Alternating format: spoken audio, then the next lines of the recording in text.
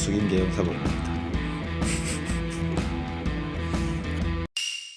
그런 말을 저도 본 적이 있는데 인터넷에서 이게 그 당시에는 쿠가 아니었고 이거였죠. 이거 슈퍼 세이브라는 건데 이거는 뭐 조금 그럴 수도 있지만 사실 그런 일은 없었어요.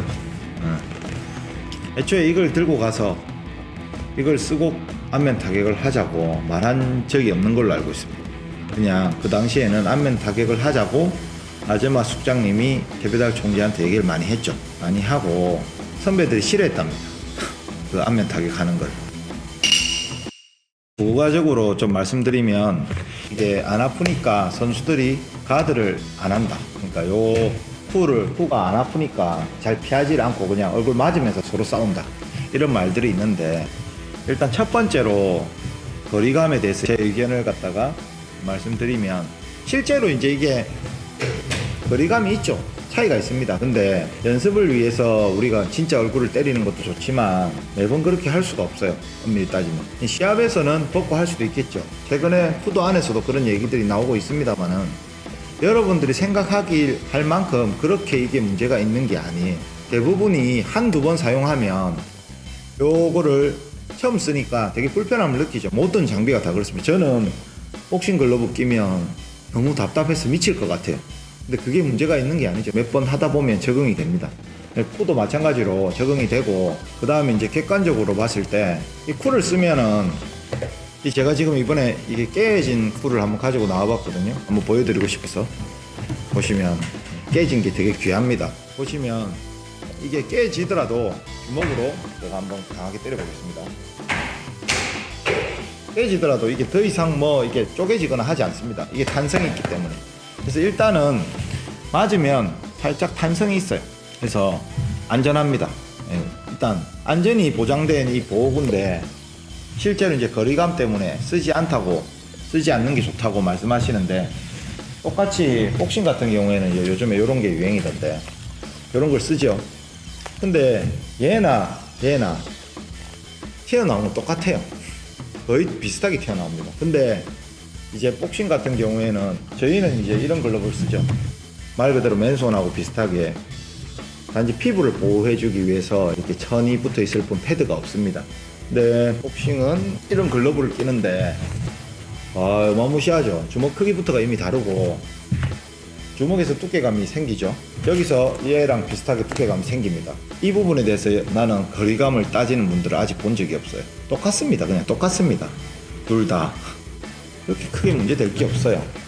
그리고 실제로 복싱, 프로복싱 선수 출신이라든지 MMA 선수 출신들이 저희 체육관에서 운동하고 있어요.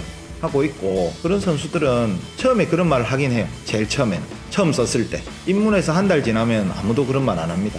다 좋다고 하지. 그리고 이걸 쓰고 연습하다가 다시 프로복싱 시합이라든지 MMA 시합을 했을 때 굉장히 방어력이 떨어진 게 아니라 향상됐다고 얘기해요. 왜냐하면 이걸 쓰고 연습을 많이 할 수 있거든. 이걸 쓰기 때문에 부담 없이 안면 치는 스파링을 많이 할 수 있어요. 굉장히 많이 할 수 있어요. 제가 극진 다닐 때 늘 안면 타격이 없는 게 너무 아쉬워서 복싱 도장에 한 3개월 다닌 적이 있는데 전혀 적응 못했어요.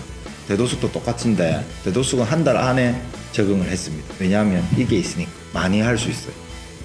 그 부분이 확실히 메리트입니다. 그리고 거리감은 의외로 벗고 연습을 했을 때 크게 느껴지지 않아요. 그리고 후도는 원래 프로 시합이 없고 전부 이제 아마추어인데 이게 있음으로 해서 직장 생활을 하시던 분들이 오늘 스파링을 하고 내일 출근할 수 있어요. 심지어 스파링을 풀 스파링을 합니다. 근데도 출근할 수 있는 거예요. 저희는 MMA 체육관 이제 출신 관장들, 제자들 중에 MMA 관장들이나 복싱 선수들도 있는데 그런 사람들이 하는 말을 들어보면 사실상 선수들은 몰라도 일반인들은 MMA 체육관 가면 타격은 거의 그냥 가볍게 그리고 레슬링이나 주짓수 위주로 수업을 한다는 말을 많이 들었습니다. 그래서 전부 다 이걸 탐냅니다. 근데 이거 비싸요. 그래서 저는 이런 걸 추천하죠. 이게 이제 과거의 슈퍼 세이브라는 건데 이거는 대도숙 전문이 아니에요. 대도숙이 만든 건 이겁니다. 그리고 요게 약간 이게 보면 두께가 좀 다릅니다. 그리고 얘는 딱 쓰면 약간 이런 식으로 돼버려요. 그래서 두께감이 좀 더 얇아지고, 얘는 쓰면 살짝 이렇게 들립니다. 그래서 두께감이 조금 더 굵어져요. 그리고 이 곡면 자체가 넓어지. 곡면 자체가 이렇게 좀 더 후가 평평해. 그래서 요거랑 요거는 달라요, 사실. 요게 더 좋아요. 근데 요게 더 비쌉니다. 공인용품이라서 비싸요. 아픕니다. 이 영상 보시면 아시겠지만 아파요. 제가 조심해서 때리는데도 제자들이 많이 아파하는데, 중요한 거는 대도수기 그 당시에 룰을 정할 때 점수제를 채택했어요. 그 당시 풀컨택트 갈아대기 해서 점수제는 굉장히 이상한 일이었습니다. 이게 종합격투기로 간 것보다 더 이상한 일이었어요. 절반 한 판, 그러니까 기술이 들어가면 와자리, 그리고 두 번 기술이 들어가면 끝나는 방식, 검도랑 비슷하죠. 그런 방식을 채택합니다. 왜냐하면 가볍게 때리는 것보다 세게 한 방 때리는 게 중요하다 생각한 거죠, 실전적으로. 그게 어떤 모토였고 유행이었는데 대도수는 점수제를 채택했어요. 그 이유가 여러분들이 바로 생각했던 그런 부분 때문입니다. 가벼운 공격을 무시할 수가 있어요. 안 아프니까. 아픕니다, 근데 참을 수가 있는 거죠. 외상이 안 생기니까. 코뼈 내려앉고 입술 안 터지니까 한 번쯤 맞고 들어가서 센 기술을 넣어볼 수 있겠죠. 근데 후도 시합을 보면 이제 가장 낮은 점수가 효과, 그 다음에 이제 다운을 시켜야 유효입니다. 그러니까 맞고 다운이 안 되면 무조건 효과예요. 근데 이렇게 잽이 팡 들어오는데 안 맞고 들어갔다? 점수 뺏기게 돼 있어요. 그래서 모든 선수들은 시합을 보시면 알겠지만 가벼운 잽 다 피하려고 합니다. 그러니까 난타전 중에 맞는 거 가지고 생각하시는 분들 계신데, 복싱과 비교하는데 복싱하고 좀 다르죠. 복싱은 이제 펀치만을 주고받기 때문에 어느 정도 펀치에 대한 방어력이 더 높을 수도 있지만, 복싱도 가볍게 스치는 주먹을 맞는다고 해서 선수들이 뒤로 밀리거나 하지 않죠. 그냥 무시하고 들어갑니다. 똑같이 약간 그런 거예요. 외상이 안 일어난다고 해서 안 아픈 것도 아닐 뿐더러, 얼굴 맞으면 복싱은 뼈가 부서지고 이가 빠져서 쓰러지는 게 아니죠. 진동파 때문에 뇌가 흔들려 쓰러지는데 이거 똑같이 뇌 흔들립니다. 그리고 헤드기어로 치면 복싱 헤드기어의 두께 반밖에 안 돼요. 여기만 또 치는 게 아니기 때문에 관자놀이나 이런 부분, 턱 부분은 복싱 헤드기어보다 훨씬 얕습니다. 복싱 글러브보다 얇아요.